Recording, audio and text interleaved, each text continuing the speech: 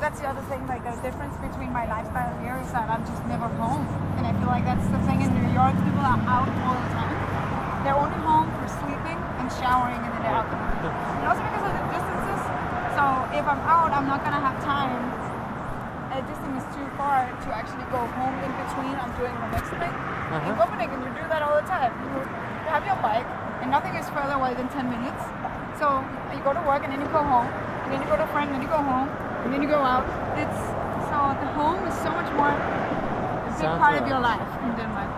Also because it's cold, it's dark, you can't really stay out for whole day because of the weather. And so people meet much more at the houses. So there's not a big going out culture of like eating out. And so people cook a lot more.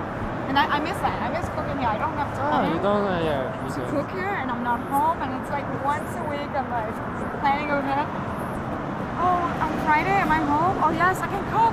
Oh. And I love cooking. Because I love food so much, and I've always grown up with having to learn all vegetables, everything, and knowing about food.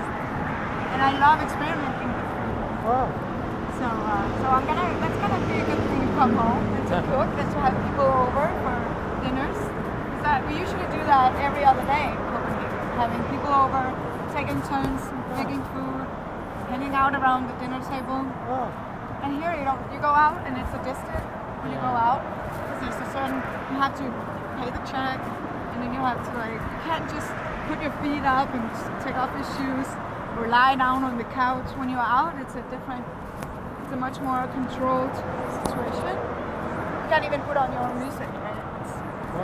And I think that's a lot more intimate and nice. And I have a friend here that's half American, half Danish. And she knows both very well. Like, because her parents are originally Danish, but she's been growing up here. And she lived 5-6 years in Denmark.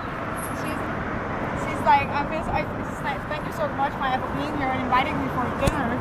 And then we take turns. She's like, I don't do that with any of my friends. We don't meet up at each other's houses. And so you kind of don't have that intimate relationship with each other as friends, because your house is the most intimate. That's where you live. That's where you sleep. That's where you live.